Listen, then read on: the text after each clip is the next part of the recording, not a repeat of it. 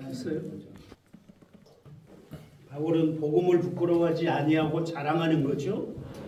구약 백성들은 가나안 땅의 것으로 자랑하잖아요. 아브라함의 혈통인 것을 자랑하죠. 그러나 아무리 자랑해도 그들은 죽음 아래 있었어요. 그리고 하나님의 영광을 보지 못하잖아요. 하나님 앞에 갈 때도 항상 휘장으로 가려져 있고 성소 안에는 들어가지도 못하고 제사장이 대신 들어가서 예배하고, 그게 구약이에요. 그러나 이제 예수 그리스도 안에서는 보좌 우편에 취임하신 하나님의 아들의 나라를 우리가 누리잖아요. 아들이 서 계신 곳까지 우리가 나아갈 수 있는 자리예요. 그러니까 우리도 주의 이름으로 하나님의 보좌 앞에까지 담대히 나아가잖아요. 그러니 얼마나 자랑스럽습니까, 이 복음이.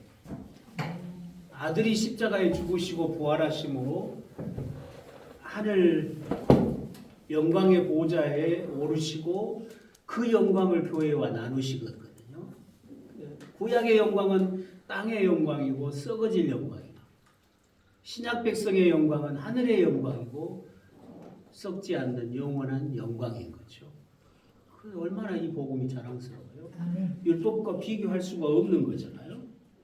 그래서 바울이 이 로마서를 기록하고 있는 이유가 로마에 있는 그리스도인들 이 복음의 영광을 바로 알고 누리기를 원하는 거예요. 그리고 바울이 이제 저 서바나까지 가서 복음을 전할 때 로마의 성도들이 바울의 동역자가 되어서 함께 선교하는 일을 같이 했으면 하는 그런 바람을 가지고 이 로마서를 기록하고 있는 것입니다. 바울의 복음 전파에 동역자가 되게 하려는 거죠. 그러니까 천국 가자고 예수 믿고 천당 가자고 지금 이 로마서를 쓰고 있는 게 아니고 너희들이 보좌의 우편에 취임하신 아들의 영광으로 살아라고 말해요. 그래서 그 영광으로 살면서 너희들이 이 복음의 증인이 되자. 오늘 우리들이 그렇게 살아야죠. 이 영광스러운 복음을 알았으니까. 근데 한국 교회가 이 영광스러운 복음을 알아요? 복음이 없잖아요. 강단에 복음이 없잖아요. 복박자는 이야기만 있고 복음이 없어요. 다른 복음만 전하잖아요. 바울은 갈라디아서에서 다른 복음을 전하면 저주를 받는다고 했는데 다른 복음만 전하고 있잖아요. 예수 그리스도의 십자가와 부활이 참 복음인데 이 복음만이 세상을 구원하는 능력이잖아요. 이 복음 외에 다른 게 없잖아요. 그리고 이 복음이면 충분한 거잖아요. 다른 거 보탤 것이 없어요. 근데 이 복음이 없잖아요. 복음이 없으니까 온갖 방법을 다 동원하는 거죠. 교회를 붕시키기 위해서, 사람 많이 끌어모으기 위해서 별것을 다 하잖아요, 교회가. 근데 그렇게 해서 사람 모아놔봐야 그 사람들이 진정으로 그리스도를 위해 헌신하겠어요? 이 복음의 영광을 알아야, 이 복음의 기쁨을 누려야 내가 죽을지라도 순교할지라도 이 복음의 증인으로 담대하게 살 것인데 세상 영광을 바라보고 예수를 믿는다고 복 받아서 잘 살려고 다 교회 나오면 고난 있으면 가버리잖아요. 그렇죠? 예수 믿어도 소용없더라. 고난이 해결돼 안 되면 가버려요. 자기 병 안 나오면 가버리잖아요. 주님을 제대로 만나지 못하니까, 주의 영광에 참여하는 이 기쁨을 누리지 못하니까 자꾸 구약 백성들처럼 땅의 질서로 해석을 하는 거죠. 부흥사들이 와서 설교하면 뭐예요? 누구는 이렇게 복받고 누구는 이렇게 복받고 누구는 이렇게 복받고 그거 일주일 내내 그거 주워 세다 가거든요. 근데 그 복이라는 게 전부 땅의 복, 구약 복. 하나님의 구원 역사가 어떻게 율법이 통치하던, 1 질서에서 아들이 통치하는 질서로, 땅의 질서에서 하늘의 질서로, 썩어질 질서에서 영생하는 영광의 질서로 넘어왔는가를 성경이 말하고 있는데 그걸 보지 못하니까 지금 이 구약인지 신약인지 알 수가 없어요. 구약의 말씀을 그냥 그대로 신약 백성에게 그대로 그냥 가르치잖아요. 우리가 구약 백성 아닌데 우리는 이미 부활의 생명을 가진 영생하는 백성인데 왜 죽음 아래 있는 백성에게 주신 말씀을 그대로 먹이냐고. 아니죠. 그 복음이 아니죠. 부활의 빛으로 재해석하라 그랬죠. 기독론적으로 재해석해서 전해야 돼. 왜? 이미 우리는 부활의 생명을 누리고 있잖아요. 우리가 아들이잖아요. 그게 안타까운 거예요.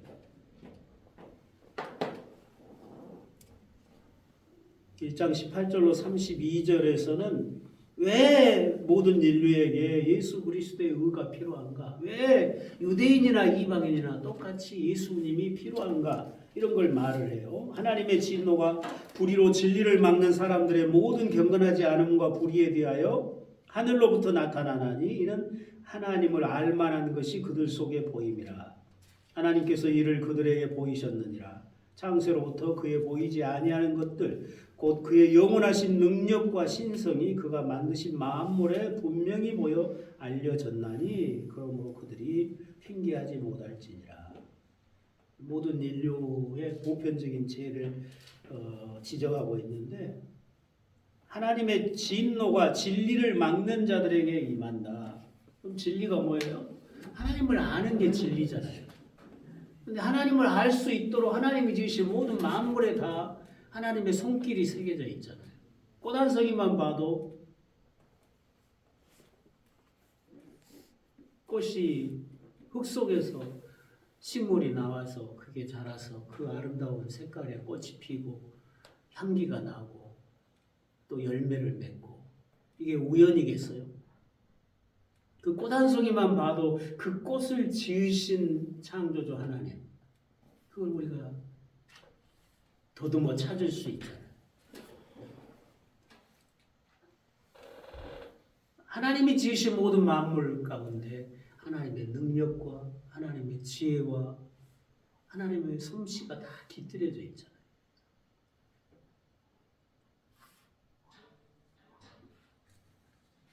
그 시체를 보면 그 사람을 아는 거죠. 그 사람이 그린 그림을 보면 그 사람을 아는 거죠. 그 사람이 만든 어떤 물건을 보면 그 사람의 솜씨나 능력이 거기 새겨져 있는 거잖아요.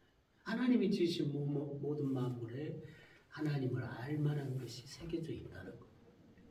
그런데도 하나님을 알지 못하고 하나님을 알면서도 하나님을 영화롭게도 안 하고 감사치도 않고 그게 인간의 죄의 근본이라는 거죠. 그러면 이방인만 그랬냐고요. 유대인도 마찬가지였어요. 그들이 하나님의 백성이라고 자랑하면서 율법을 맡은 것을 자랑하면서도 그들은 하나님을 영화롭게 하지 않았어요.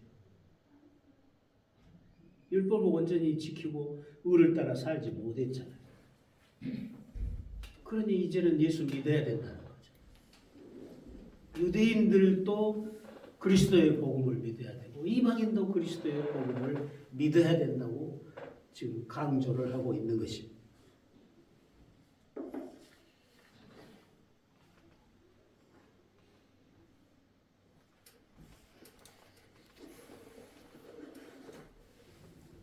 하나님을 알 만한 것이 충분한데 하나님을 섬기려 하지 않는 자들에게 하나님의 심판이 내려졌는데 어떤 심판이었냐면 인간들을 그 마음의 욕심대로 더러움에 내버려 두셨다는 거예요. 또 그들을 부끄러운 욕심에 내버려 두셨다. 또 그들을 상실한 마음대로 내버려 두셨다. 24절, 26절, 28절에 그냥 인간이 범죄하는 대로 그냥 내버려 두셨다. 왜? 내버려 뒀다가 심판하시려. 이방인들뿐만 아니라 유대인도 그런 거예요. 에베소서 2장에도 보면 그때 너희는 그러면 이방인이죠. 그 가운데서 행하여 이 세상 풍조를 따르고 공중의 권세 잡은 자를 따랐으니 전에는 우리도 그러면 유대인이죠. 다 그 가운데서 우리 육체의 욕심을 따라 지내며 육체와 마음에 원하는 것을 하여, 그러니까 너희 이방인도 우리 유대인도 똑같이 욕심대로 죄악 가운데 살았다는 거예요. 왜냐하면 하나님께서 유대인들을 자기 백성으로 부르셨어도 마음까지 새롭게 하지 않았잖아요. 그들이 그 마음에 완악한 대로 두신 채로 자기 교제로 부르셨던 거거든요. 근데 이제는 마음까지 새롭게 하는 새로운 의가 왔어요. 우리를 새로운 피조물로 지으시는 새로운 구원이 왔어요. 그게 예수 그리스도의 복음이에요. 당연히 유대인도 예수 믿어야 되는 거죠.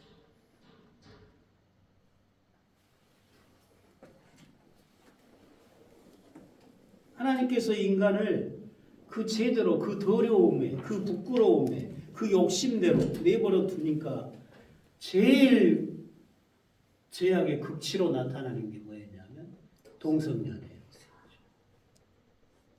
인간의 죄악 중에 가장 악한 죄악이 동성연애인 거죠. 그런데 지금 이 시대는 동성연애를 다 합법화시키고 있잖아요. 우리나라도 동성연애를 합법화시키려고 차별금지법 이런 것을 통해서 악한 법을 제정하려고 하잖아요. 하나님이 처음 창조 때부터 사람을 남자와 여자로 지으셨죠. 그래서 둘이 결혼하여 한 몸을 이루게 하고 생육하고 번성해서 땅에 충만하게 하셨어요. 하나님께서 이 땅에 하나님의 백성 두기를 기뻐하셨죠. 그럼 어떻게 두실 거냐? 하나님이 원하시는 하나님의 백성을 한꺼번에 지어서 두실 거냐? 그게 아니죠. 아담과 하와 두 사람만을 지으시고 두 사람이 한 몸으로 연합하는 사랑의 교통을 통해서 하나님의 언약 백성이 낳고 하면서 하나님의 구원 역사가 진행이 되고 하나님이 정하신 하나님의 백성이 이 땅에 충만해지는 그런 질서를 택하신 거잖아요. 그런데 동성연애 해가지고 자식 낳아요? 낳을 수가 없죠. 그러면 역사는 끝나는 거죠. 역사는 끝나는 거죠. 예, 짐승도 동성연애는 안 하잖아요.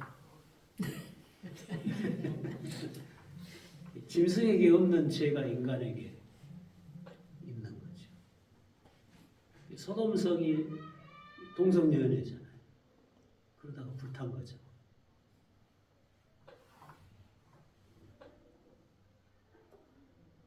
하나님께서 아담을 지으시고 하나님과 자기 백성 아담과의 인격적인 관계를 부부관계에다가 새겨놨어요. 하나님과 자기 백성과의 인격적인 사랑의 관계가 제일 가깝게 비슷하게 새겨진 질서가 부부 질서예요. 이거 성경에 보면 하나님과 자기 백성과의 관계를 남편과 아내, 신랑과 신부 그렇게 표현하잖아요. 호세아서에서는 아주 리얼하게 이야기를 하죠. 신약에 와서도 예수님은 우리의 신랑이시고 우리는 신부이고. 그런데 하나님과 사람과의 그 사랑의 인격관계가 깨지면 부부관계도 깨지는 거죠. 한 몸의 질서가 깨지는 거예요. 거기 이제 음행이 들어오게 되는 거죠. 그러니까 하나님과의 관계가 깨진 것은 영적인 음행이죠. 우상 숭배하는 자들을 구약의 선지자들은 이 간음하는 자들하고 책망하잖아요. 그건 영적인 간음이에요. 하나님만이 남편인데 하나님을 버리고 자꾸 다른 신을 섬기니까 간음인 거죠. 이렇게 하나님과 언약 관계가 깨지면 반드시 따라오는 죄가 음행인 거죠. 그래서 하나님과의 관계가 깨진 세상에 필연적으로 나타나는 게 음행, 음란이 가득하게 되는 거죠. 그래서 음란이 가득해지면 멸망에 가까운 거죠.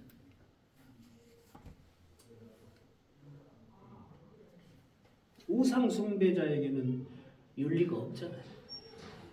우상 숭배자에게 윤리가 있어요? 하나님과의 약속도 안 지키는 사람이 사람과의 약속을 지키겠어요?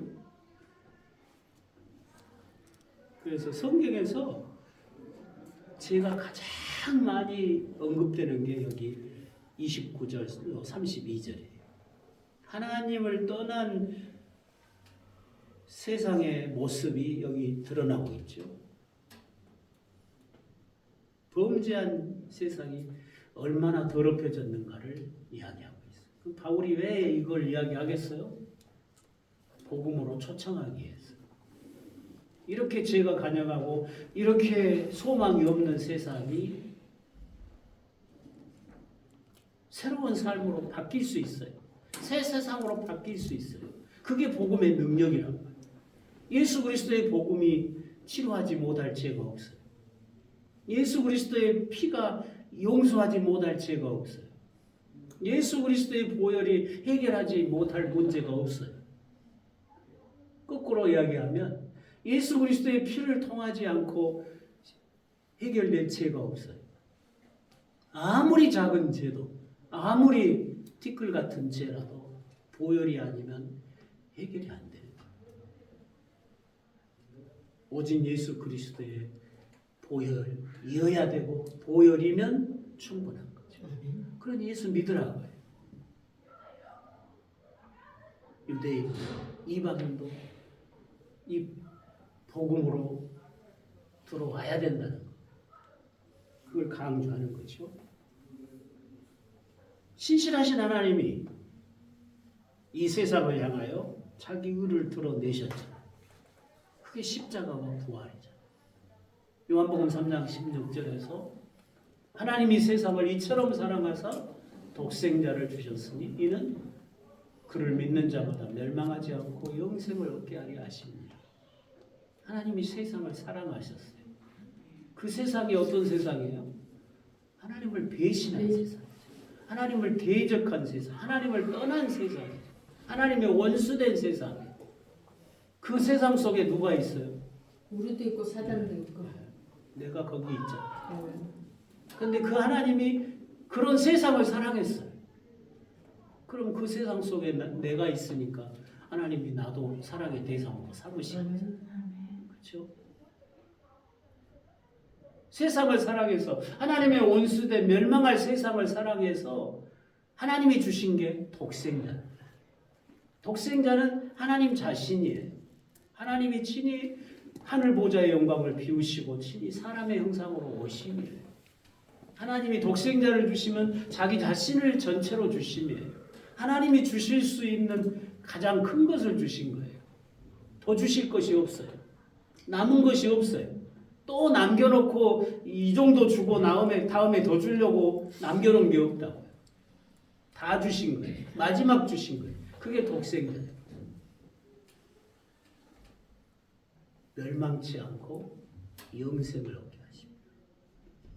인간 세상에서 사용하는 단어 중에 제일 무서운 단어가 멸망이라는 단어예요. 이건 지옥을 포함해요. 죽음을 포함해요. 저주를 포함해요. 영원한 고통을 포함하는 단어예요.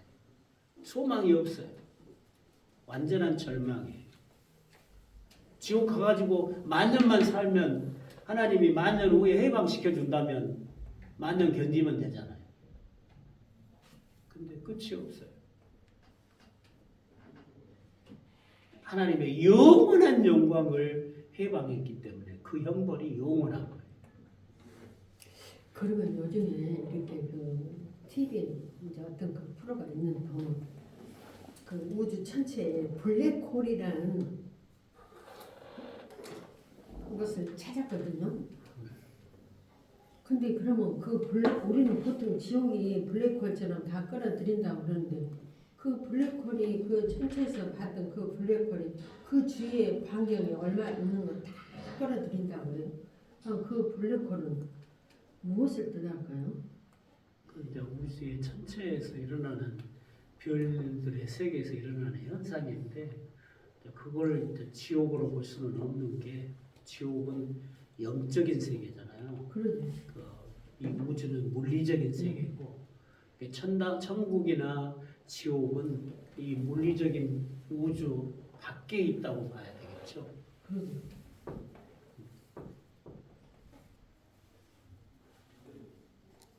잠깐 쉬었다가